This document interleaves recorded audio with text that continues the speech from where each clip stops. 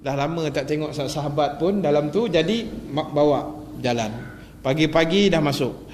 Jadi tuan-tuan bila sampai dah tak larat nak berjalan lah, masuk dalam zoo tu kan, sampai naik tram tu, naik kereta api tu, dah tak larat berjalan, pusing tengok.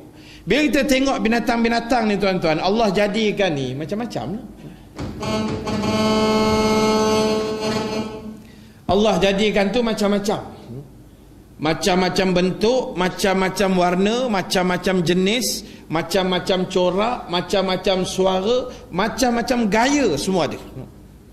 Jadi bila kita tengok haiwan-haiwan ni tuan-tuan, memanglah benda tu kadang-kadang, bukan kadang-kadang, kalau betul cara pemikiran kita menghayati makhluk-makhluk ni, takkan rasalah hebatnya Allah yang buat binatang ni.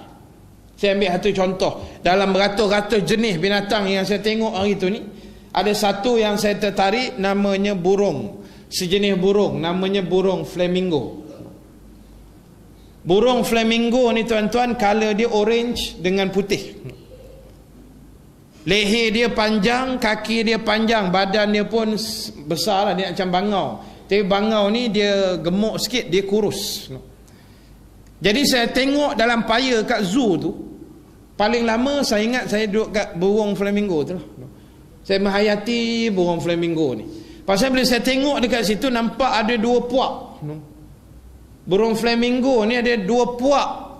Satu macam puak haluan kiri, satu macam haluan kanan. Dia macam ada dua grup lah, Pakatan Rakyat dengan kerajaan kan. Dia macam tu lah. Kerajaan perpaduan duduk tertengah. Tapi bila jadi tak tahu lagi. Tu biarkan, jangan cakap apa-apa. Tak tahu dan diam.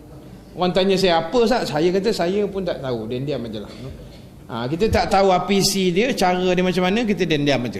Baik, jadi tuan-tuan, bila saya tengok burung flamingo, dia ada dua puak saya kata tadi. Hak satu puak ni dia satu grup dia saja. Cara dia berdiri dalam air tu, dua-dua kaki dia masuk dalam air tu tegak. Yang mana yang dua kaki tegak pacak dalam air ni, ini burung flamingo yang aktif. Saya perhati je, yang aktif. Dia hidup, kemudian dia aktif. Leher dia ni, badan dia sekejap-sekejap bergerak. Kejap-kejap turun, kepala dia cedok air dalam tu. Kejap-kejap dia cedoknya ikan dalam tu. Kejap-kejap kan berkepak-kepak dia. Kejap kan berjalan dia ke depan. Sekejap kan berbunyi dia. Ini yang puak satu haluan. Dia kaki dia dua-dua pijak dalam air. Hak satu lagi yang saya tengok sebelah lagi, celah-celah pokok-pokok buluh tu, dia berdiri tegak tuan-tuan, tapi sebelah kaki saja. Dia tegak macam ni kan, dia stand kaki dia macam ni, tapi satu kaki je.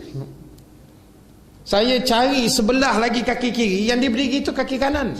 Hak yang kaki kiri ni tak jumpa, macam mana dia simpan. Kaki dia panjang tuan-tuan, panjang daripada tangan saya lagi ni.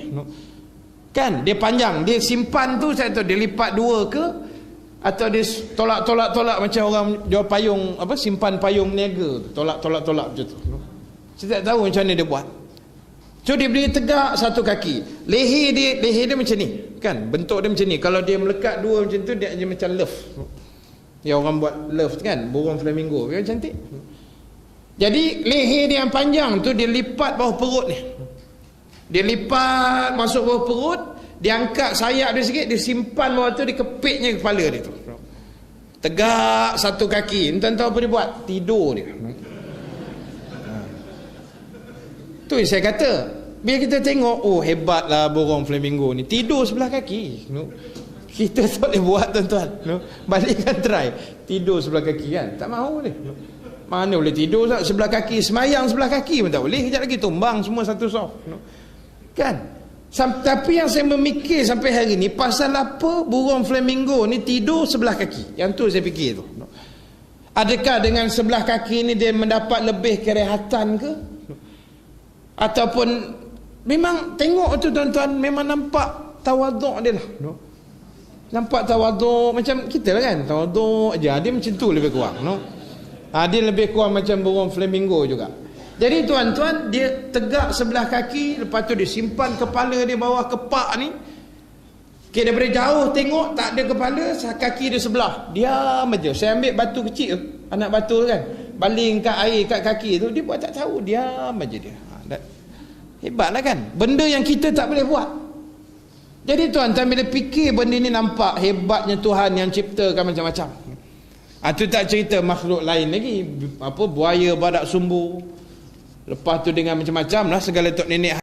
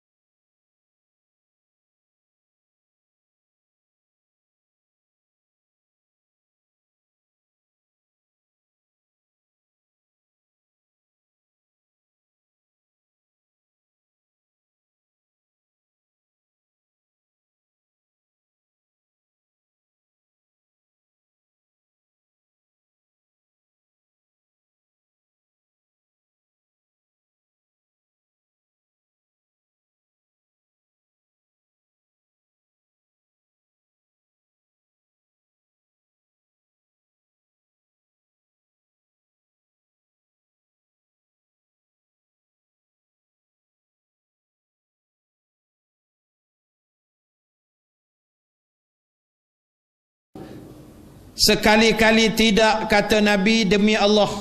Ini bila Nabi dah cerita kisah jahatnya Bani Israel, baru Nabi keluar hadis, Nabi keluarkan arahan dia.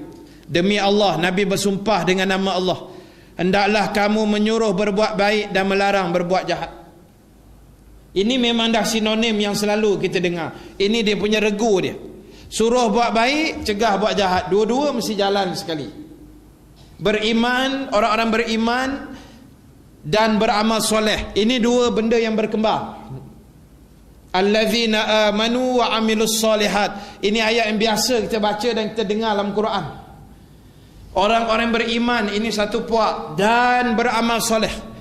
Tak boleh beriman saja tapi tak beramal. Tak jadi.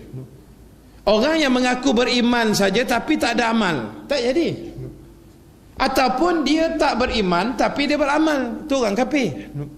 Orang kafir tak ada iman, tapi kalau nak cerita dia punya beramal, kebaikan yang dia buat banyak.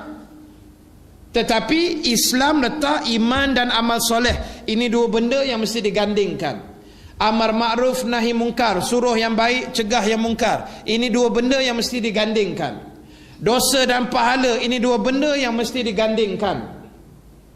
Siang malam itu regu dia, langit dan bumi itu dia punya kawan dia. Jadi tuan-tuan, antara sebab lagi Nabi pesan, oleh sebab itu kena suruh baik dan cegah kemungkaran, kata Nabi. Dan mencegah orang yang teranaya, yang buat naya.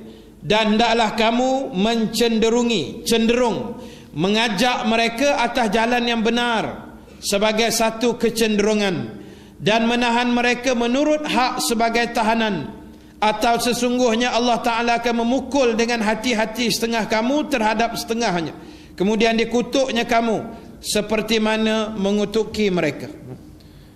Jadi tuan-tuan, maknanya tindakan Bani Israel tadi yang menghina, kemudian yang mencegah, apa yang tak mau buat benda-benda yang baik, dan melarang pula orang lain buat benda baik, dan dibiarkan kejahatan berlaku, maka yang ini kata Nabi diambil iktibar. Nabi kata amar ma'ruf nahi mungkar, ini perkara yang cukup besar.